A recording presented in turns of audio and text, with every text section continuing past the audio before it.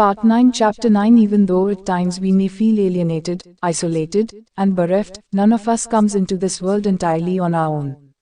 We always have help and friendship right by our sides in the form of loving, invisible mentors who want nothing more than to play an active role in supporting us before, during, and even after our physical sojourns on earth. All we need do is ask for their help and then be ready and open to receive their guidance. The blending exercise from the previous chapter can help us open up. As vibrating, eternal soul energy, we choose to experience each physical lifetime. We usually have a purpose for the life we have selected.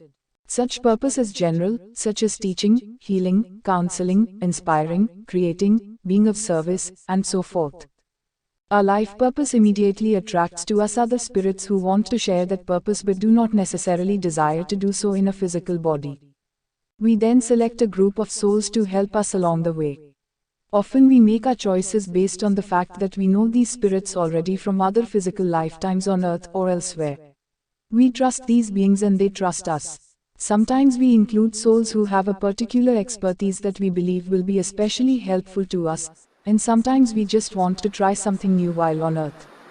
Then we arrive in our physical bodies. As very young children, we interact with our spirit friends as the invisible companions we play with and who comfort us.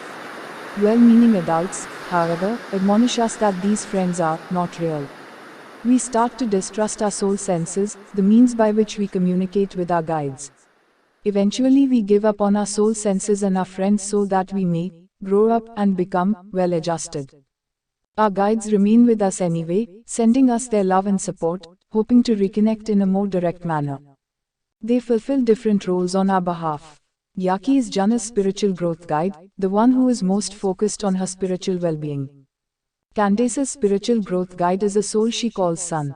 When Yaki helps Jana with her teaching, counseling, or therapy, the entire room fills with the softest, gentlest energy that melts all hearts. Sun is very loving, too, but his essence has a distinctly intellectual cast to it. Between them, Jana, Yaki and Candace Sun, they appeal to and connect with a broad range of people. Many guides take on the function of jokester. By linking the mental and emotional bodies, humor is the easiest and best way to tune into our own heart's wisdom. Helping us uncover and appreciate the hilarity and absurdity in life also aids in keeping our spiritual connection alive and healthy through reconnecting with the emotional body.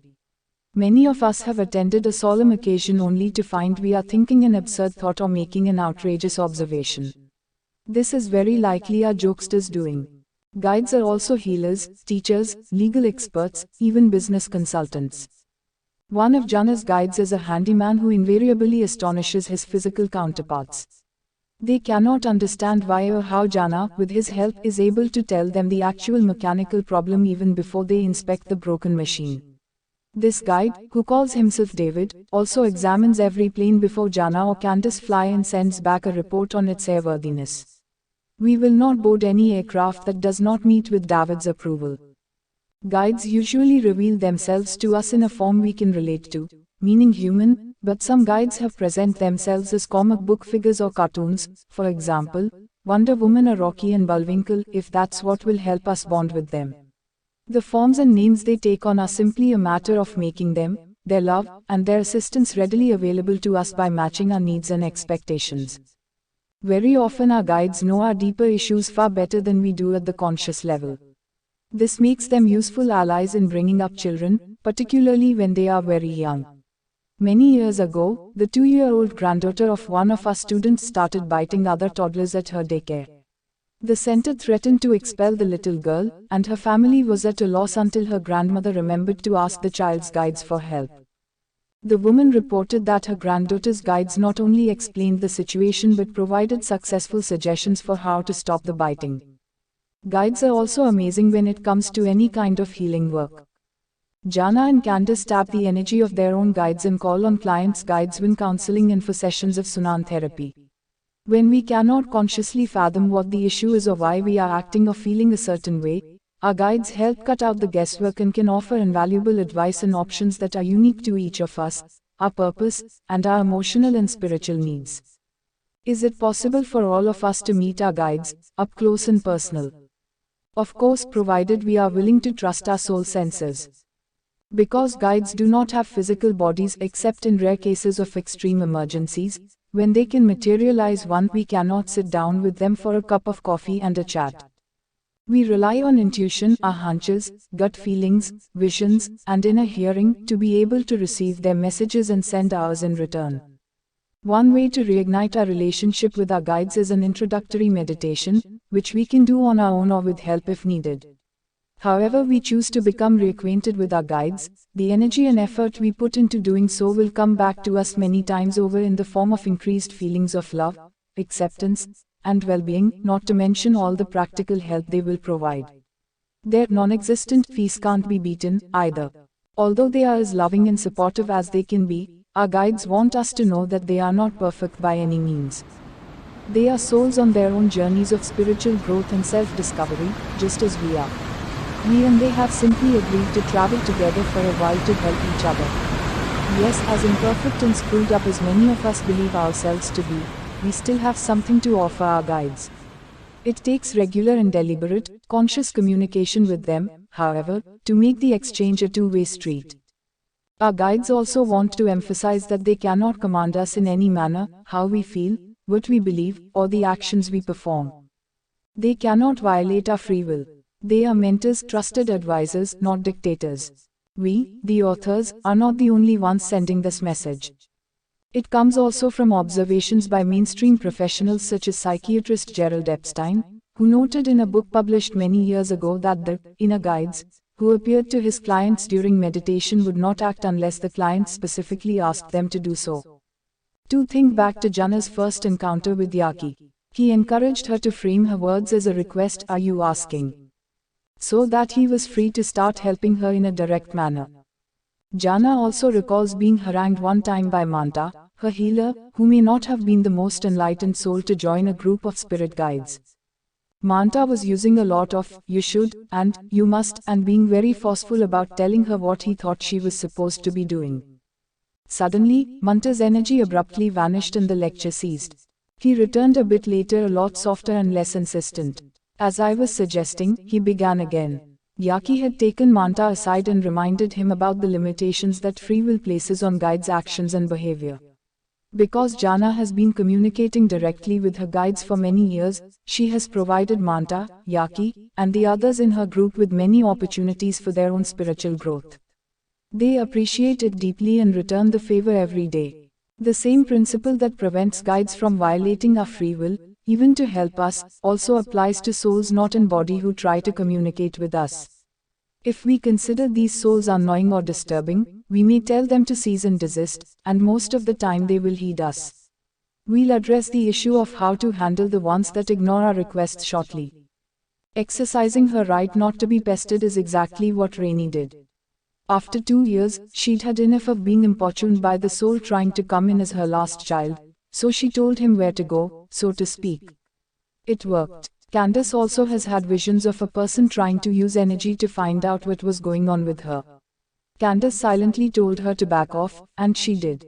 Candace also asked her guides to help keep her energy at bay. One last point about free will and spirit guides. Because guides do not impose their mandates and values on us, they similarly fail as a credible crutch to shield ourselves from our true responsibility. Jana and Candace are always skeptical of phrases similar to, "My guides are telling me to do such and such," or the ever-present variant, "The universe is telling me." We don't buy it. Guides and the universe and even God are not in the business of ordering our lives.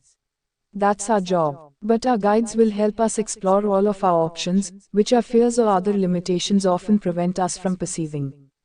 In addition to emotional and spiritual support, guides act in 2 capacities directly related to what they do during the afterlife healing circle. We have already mentioned that guides are involved in all manner of healing. This includes energy healing modalities such as Sunan therapy, and more conventional medicine, too. If guides will make their presence obvious in sessions between a psychiatrist and his patients, they'll participate in any kind of healing, provided they are invited to join. The other related role for spirit guides is that of protector, probably their best recognized function. In our world full of cars, buses, trains, planes, boats, and other forms of mechanized travel, protectors put in plenty of overtime paying attention when we are distracted. The real wonder is that we have as few accidents as we do, especially in this age of cell phone conversations or texting while driving, walking, or otherwise engaged in what become hazardous activities when we are not paying full attention. As psychiatrist M. Scott Peck concludes in his book The Road Less Traveled, each of us has protection all around us all of the time. 3. It is critical that we make use of this protection at a certain point in the afterlife healing circle, as we will outline in the next chapter. When we do ask for their assistance, it does not matter whether or not we know the names of our guides. What does count is that we deliberately call on them for protection for each circle. They will be delighted to comply with our request. Think of guides as spiritual bouncers, keeping at bay all manner of discarnate jerks and game players and, even worse, attacks or attempts at possession. They reduce the incidence of weird or unsettling phenomena to pretty much zero. 2. Jana and Candace have conducted and participated in many healing circles. With our guides' protection, we have never experienced any floating horns, disembodied voices, spooky mists, or any other odd events. With one exception, we often use chairs that swivel because they make it easier for all those involved to reach a comfortable position in the circle arrangement. One time, before the start, one woman's chair kept moving slowly back and forth, even when she pulled her feet off the floor and no one else was touching the chair. The floor was reasonably level, and no one else's chair was moving unaided. We chuckled and went back to the task at hand. Once we called on the guides, the movement ceased. That's the extent of the paranormal activity we observed during the afterlife healing circles we have been involved in. Of course, if that's what you're looking for, you can certainly find it, whether you use the afterlife healing circle approach or rely on the Ouija board or table tipping. Just omit asking for protection, and let the fun begin. Yes, we are being somewhat sarcastic here, because without protection, what may well happen will not be amusing at all. It will be scary at least, if not downright dangerous. We are convinced that if more of us were in conscious and frequent communication with our guides, there would be a lot fewer instances of hauntings, diabolic home invasions, and even possession, all of which are far more common than the media or religious authorities care to admit. Free will is such that even denial spirits must obey if we are clear in our own hearts that we have the right to be free from attack, and then summon our own energy and the protection of our guides and insist that all unwelcome invaders clear out. If we want the aid of a priest or shaman, that is our right, too, but we have the tools to keep ourselves safe on our own terms, provided we know to ask and then act on that knowledge. We are not helpless in the face of dark forces. What we are discussing here might be mistaken for what is sometimes referred to as spiritual warfare, a practice that invokes energies to drive out so-called demons or evil from a location or a person. Spiritual warfare is an oxymoron. Waging any kind of war, even at the energetic level, is not a spiritual endeavor. Those involved in this kind of activity are intruding where they have not been invited. It is one thing to use our own energy and that of our guides to clear out the spaces where we live and work.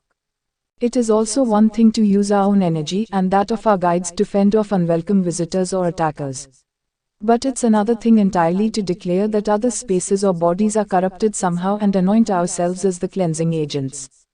Twisting energy to invade or control is a gross violation of free will and as such entails very unpleasant consequences for those who do it. Again, this is about using our energy where we have a right to put it in a manner that does not violate others' boundaries, another term for free will. When we visualize or pray for peace or healing, we are not trying to force the issue. We are making a request at the energetic level. It's important to feel the difference between energy that supplicates lovingly and energy that does not ask before it barges in to take over. The latter energy is neither loving nor helpful. While standing guard against any would-be energy invaders during the afterlife healing circle, our guides also lend their energies meaning, their love to those in the physical group, making the circle all the more effective. Group energy is a potent magnifier, which is why Jesus told his followers, "For where 2 or 3 are gathered together in my name, there I am in the midst of them."